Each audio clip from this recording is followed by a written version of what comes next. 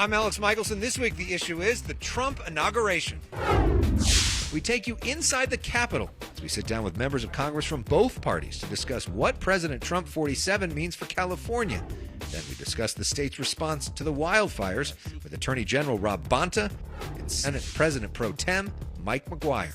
Broadcasting across California, you're watching The Issue Is. Welcome to The Issue Is. I'm Elex Michaelson, reporting this week from Washington, where it is literally freezing and there's snow flurries in the air. We've come here to document a historic transfer of power and talk about what it means for California. So help me God. So help me God. Congratulations, Mr. President. It's so cold this year that Donald Trump will not be taking the oath of office outside like he did in 2017, but instead taking it inside. I, Ronald Reagan, do solemnly swear. Like Ronald Reagan did in 1985, the last time an inauguration moved indoors due to frigid temps. Those who came to see the inauguration in person outside, a little bummed. Well, we're a little bummed out that it's been relocated inside, but we're optimistic that President Trump's second term will be just as successful as Ronald Reagan's second term. If he had it outside, we'd be outside. He wants to do it inside, we'll go in. It's going to happen. So that's what we're excited about. Despite the cold, inauguration week is busy inside Capitol Hill. The Senate and House actually has its own underground subway system, which we're taking on a ride right now. This is the freshman class. We visit the office of Republican Congressman Kevin Kiley of Rockland. He often makes national news for his consistent critiques of California Governor Gavin Newsom. What does the Trump administration mean for California? Well, it means I think we have a lot of opportunities to really get at the root of some of the problems that have held California back for quite a while now. And so I think that, most immediately, we're going to have an opportunity to unleash tremendous economic growth and to get inflation under control. We're going to have an opportunity to bring immediate security to the border, including the border in California. And I think you're going to see a lot of improvements when it comes to public safety as well, and when it comes to things like water policy and fire policy, which of course have become, come under a spotlight here. And in particular, Californians, because I'm working with a handful of other folks to make sure that we get our SALT deduction back, or at least that it's significantly expanded from what it is right now, because in 2017 they capped your state and local tax deduction at $10,000. So you used to be able to exempt or to deduct all of the taxes you paid to the state and to your local government on your federal tax return, but now you can only deduct $10,000 of that, and that really hit Californians as hard as just about anyone in the country. So huge increase for a lot of people. Huge tax increase, exactly. Yeah. So we're looking to significantly raise that cap, and that's going to bring huge tax relief to a lot of folks in California. And you all just met with President-elect Trump right. in Mar-a-Lago to talk about that. What was his reaction? I think he's on our side. He was very committed to saying that we need to work to find a solution here. So I think that... why did he do it the first time? Well, I think that, he probably has come to realize how big the impact is for folks. Big news of this week, we just had the Supreme Court ruling when it comes to Tik Tok. The Supreme Court saying that this ban can go into effect. What do you make of the Supreme Court's ruling? Do they get it right? Well, they're deferring to Congress and recognizing that we made the policy judgment that we can't have the Chinese Communist Party being able to get access to hundreds of millions of Americans' personal information, potentially abuse that data and feed propaganda, serving the interests of the CCP directly to Americans. But right now it is, and this deadline's coming up. It seems like Biden's kicking the can down the road, giving Trump the option. What do you think President Trump should do?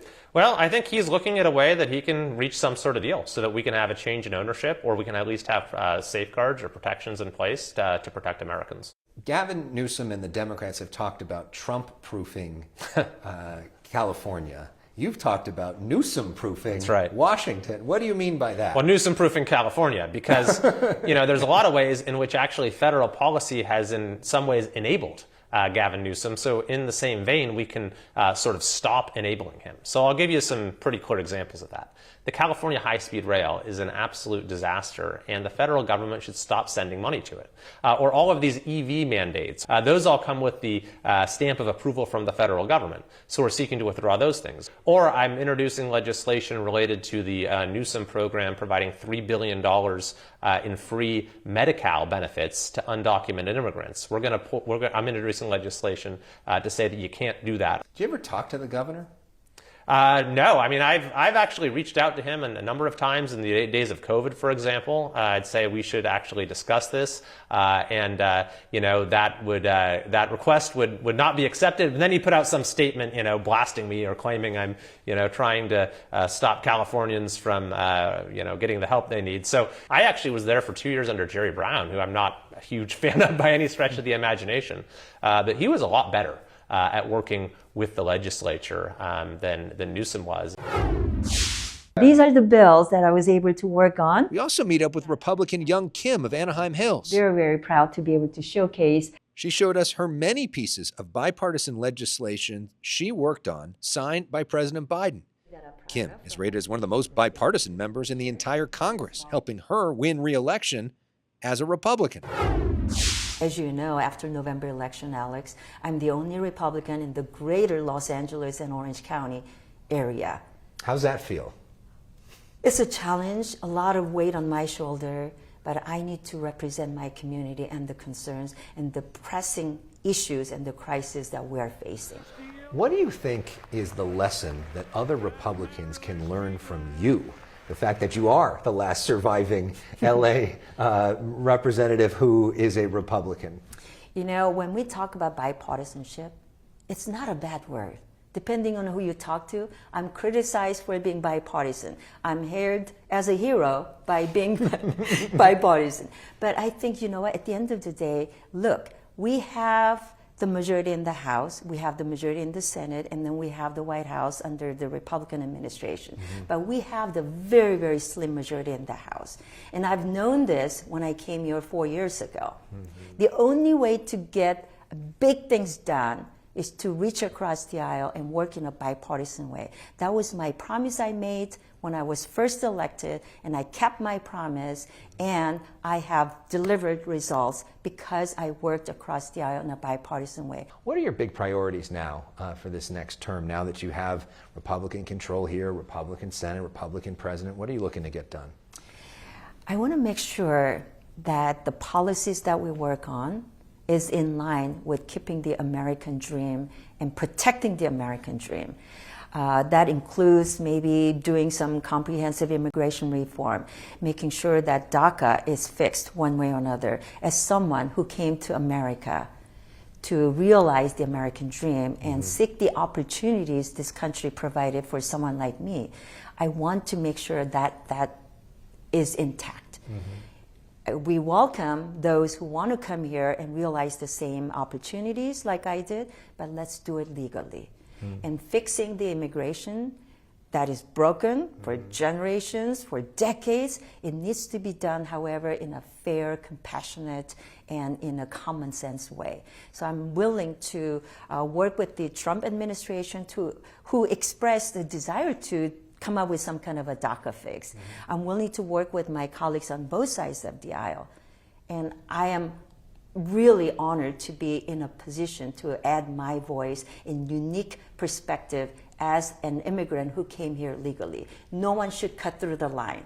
No one should expect that they can come here illegally, cross the border, hide out because of our failed immigration policies that is not being implemented.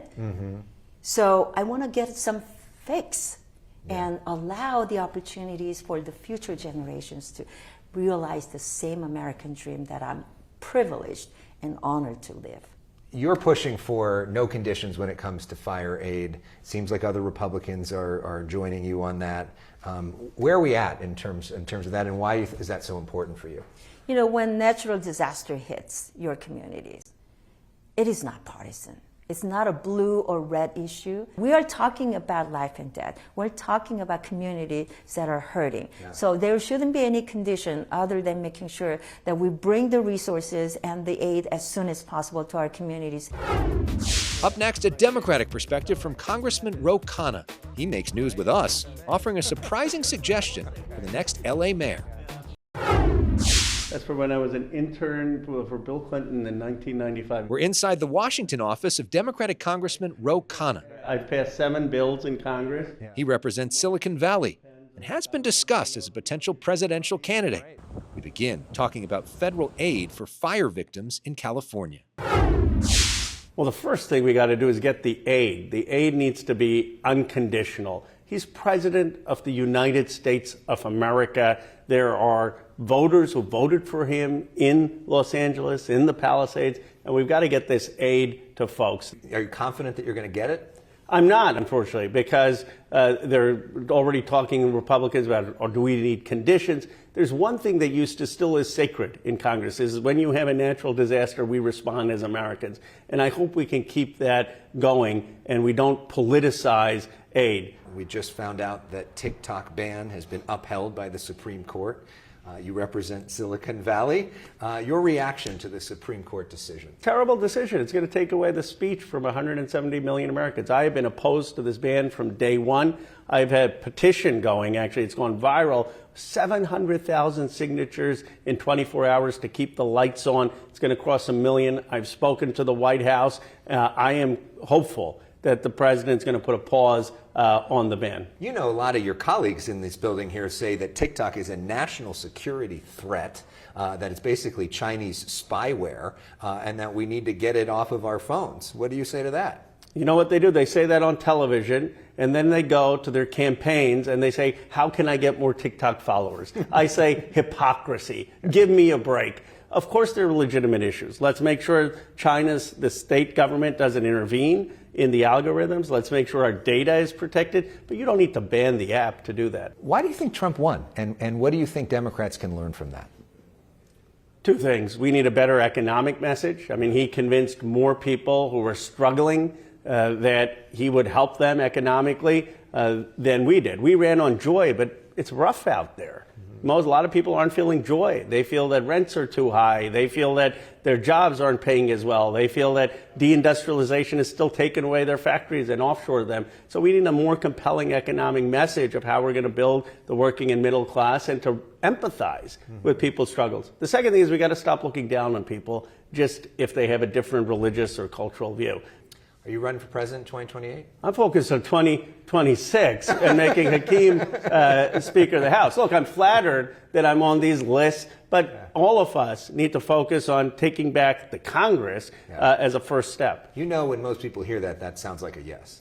It sounds like a focus on Congress. Here's what I will say, who should be running for LA mayor is Bob Iger. He's someone I know very well. He's the leader of Disney. He's a remarkable person. He had thought about running for president. That's why I thought of it. And we need a new leadership in the state of California and in these cities. Bob Iger would be phenomenal. It's going to be a huge rebuild in Los Angeles, and I'm hopeful that he will do it. I don't know if he will, but I'm hopeful he will. Karen Bass is the mayor. She is running for re-election as the mayor. Is she? So, I supported her the first time. Look, So would you rather see Bob Iger? Is that what you're saying? I would rather see Bob Iger right now. It's a moment of crisis. I think Iger has the business leadership, the ability to do something new, to help redevelop. We got to get that city, as you know, ready for the Olympics in 2028. Now, I don't know if he'll do it. I mean, have you talked to him about that? I have. I've said he should. I said he should. You know, and he wanted to run for president for a number of reasons. I think he didn't. But I want new leadership across the state in California, but we certainly need dynamic leadership in Los Angeles. So you would support Iger over Rick Caruso? I would support Iger over, unless you're running. I don't know. I'd support Iger over almost anyone in Los Angeles. When we come back, a focus on California's response to the wildfires with the leader of the state Senate and the Attorney General.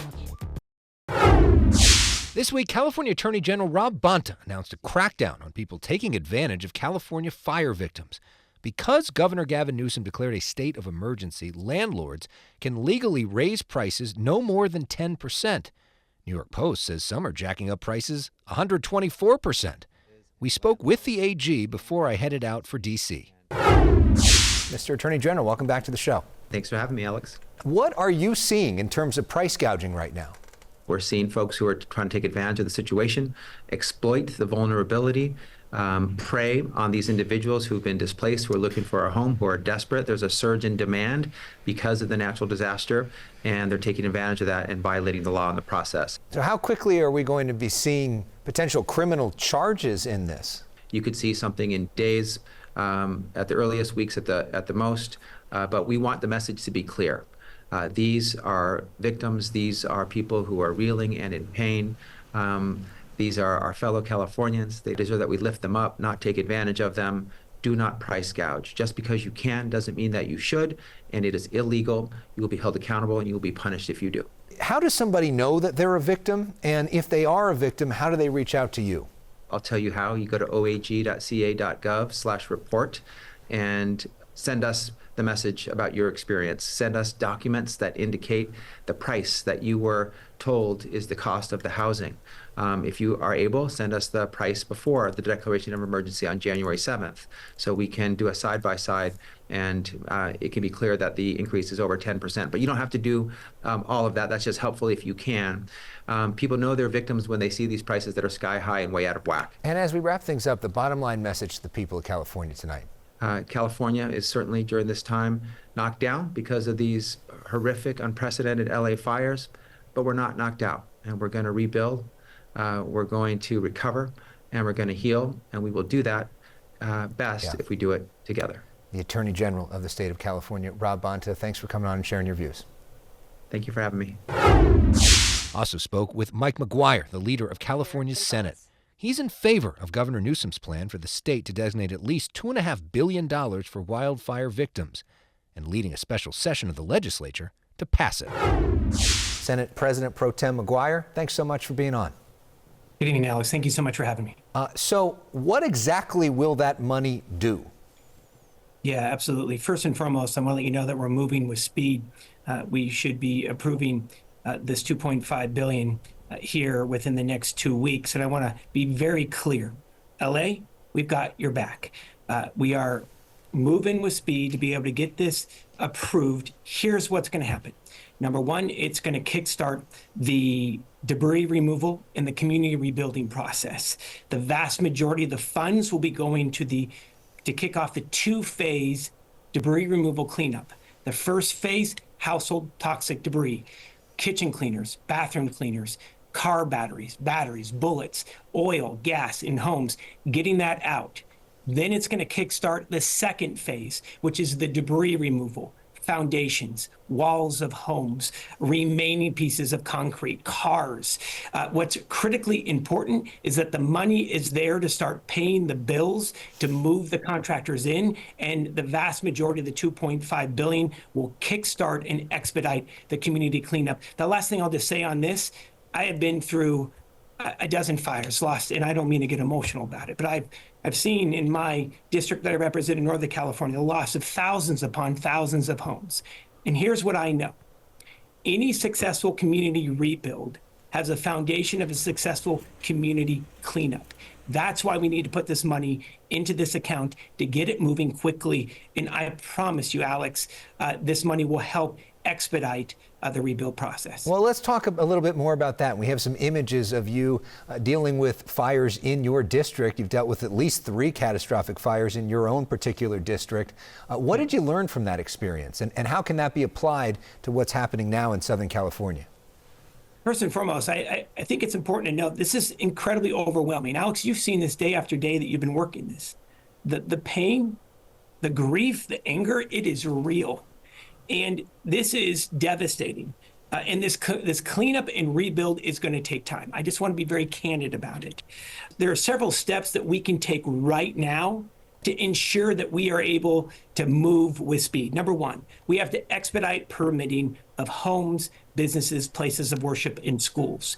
So in the city of Santa Rosa, in which I work in, every home that was lost, that rebuilt within their square footage got a ministerial permit, over-the-counter permit, didn't go to a hearing at City Council or Board of Supervisors, over-the-counter permit. It saved years upon years of getting these homes built. Number two, we have to focus on schools. If folks can send their families can send their kids back to school, it brings normalcy back to one's life.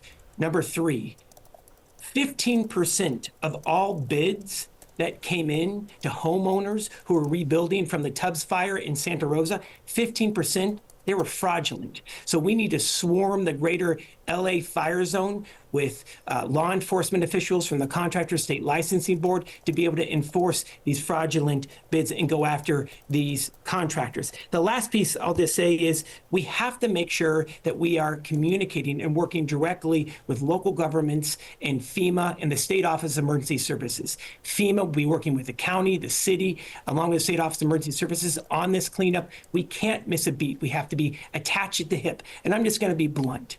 These political attacks, this partisan bickering, it's not going to get us anywhere. It's going to set us back. And what the number one priority has to be, I don't care if you're a Republican or a Democrat, has to be getting these communities rebuilt. I think the best days for LA and the state are still ahead. And I'm firm in my belief we can get this done. But we have to focus on taking care of neighbors in need first. Well, the first, hopefully, of many interviews. Senator McGuire, thank you so much for sharing really helpful information there. It's going to be a long road ahead, and we're grateful to have your support. We're going to get it done. Thank you so much for having me. Up next, how you can help wildfire victims. Plus, we wrap things up from Washington. Stay with us. Welcome back to Washington. 4 years ago, we were reporting from here as Joe Biden was inaugurated. It was at the height of COVID and just weeks after the insurrection. Most people were not even allowed on the mall, and security was intense. This year, it's a different scene. Although there is still plenty of security that is in place, there's a lot of people that are coming to the mall, and we will be here for complete coverage next week on The Issue Is. But as we leave you, we want to take you back home to California with the incredible images of generosity, of people reaching out to help the victims of the California wildfires. We encourage you to do the same, support the American Red Cross or whatever nonprofit that's reputable that you believe in.